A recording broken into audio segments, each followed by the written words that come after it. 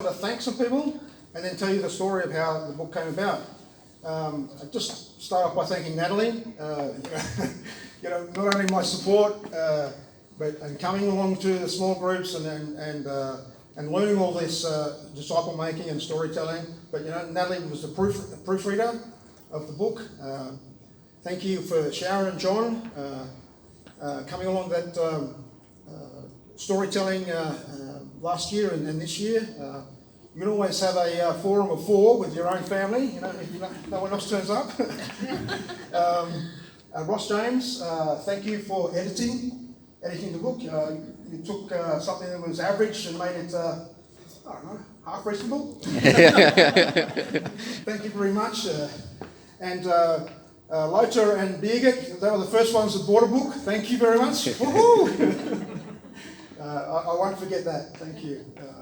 And Green Hill Publishing in Adelaide, and all the small group members that, 3 groups over 5 years who came along to different parts, either the disciple making or the storytelling. Thank you for your participation and prayers. Do you remember my Good Samaritan one? Yes. Yeah. So, I'll tell you the story of the book. So half of the book is disciple making and the other half is storytelling. So back in 2017, I just finished Bible college at Perth Bible College. I got time up my sleeve, I'm unemployed, and I just learnt some things about disciple making, and it wasn't spoon-fed to me. I had to work it out myself, and it was quite interesting because I was interested in how disciple making worked in my own life, and then how would it work in a small group. And then I was, on the concept of teaching it to a small group, and trying to apply it to our lives. So 2017, I wrote the first half of the book, fine-tuned it through 18 when we went through it with our small group. They always picked out the spelling mistakes for me. But the application I had for this original just didn't work. I mean, when I'm in application, when I want to teach a Bible study, first off, I want to be able to apply it myself, and then try to, help the group to apply it themselves. Instead of just being head knowledge, it just goes to the heart and to the feet. We actually go and do something about it.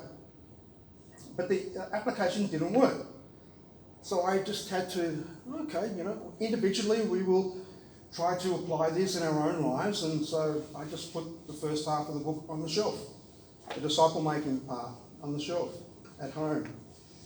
And then a bit later on, 2019, we'd gone through some material from Sam Chang that concluded that storytelling was a great way of sharing our faith. The stories of Jesus, from healing people, from forgiving people, turning water into wine, to walking on water, calming the storm. He had an incredible entry into this world and an incredible exit from this earth. And all those stories, I thought, I've lost my train of thought, would be nice to, it's not, when we share it with other people, it's not in your face, it's not banging them over the head. You're always asking politely can I tell you this story about Jesus? I've been able to do it one-on-one a couple of times, just to help someone, and just relate one of Jesus' stories. We've always grown up with stories that had some sort of teaching. The boy that cried wolf, the hare and the tortoise, all those stories would be. So I don't think it's foreign for people to be able to tell someone a story that has some sort of teaching behind it that might help them. Anyway, so long story short, by the end of 2019, I trained up 6 or 7 people in the small group, which are some of them right here, to storytell 8 stories the following year. And what happened in 2000? COVID came in, shut everything down, and again, we've just gone through this material and we've learnt something, storytelling. We can't apply it, we just have to try it. We can't apply it as a group, we just have to try to apply it by ourselves. And the other half of the book goes on the shelf. And towards the end of 2021, this storytelling, Jesus stories, starts to stir up again inside of me. And I'm like, oh, please, again. I said, okay, I will do it slowly. We'll do the Christmas story, and we'll take it, one step at a time. So 2021, December, did the story of Jesus' conception, birth, and early childhood. And the night before where I was to do that, I had a conversation with Sharon. I wish she was here because I could just tell her. But we had a conversation with Sharon, and I said to her, "This is a great story, but it's a shame only a handful of people, if that, are just going to hear it." And she says, "Dad, why don't you put it on social media?" And I'm like, "Social media? Social media?" We've just put the pigeons down and cleaned out the cage, and we have this whole roll of stamps and envelopes we've got no idea about. Social media? But anyway, she described it, and long story short, they filmed the story the following night.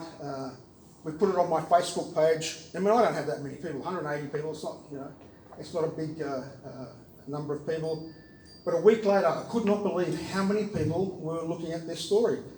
84 people, and I'm great. Okay, I'm in no delusion that every one of them is seeing the story from front to back, but at least if we just say half, 40, it's a lot more people than what I was expecting.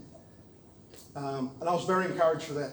The following year, which was last year, we went through another 10 stories of Jesus' life, and which are basically in this book. So the original ones, there was a couple I took out and just added a couple more, better ones. And we went through those as a small group, once a month, small group. Because I need a month just to memorise the story, I can't just do it every week. And then halfway through last year, I get this light bulb moment, where I'm actually, I don't know what I was doing, sitting on the lounge, watching telly, and I'm thinking about this disciple-making material that's on the shelf. It's actually in a drawer, but you know what I'm talking about.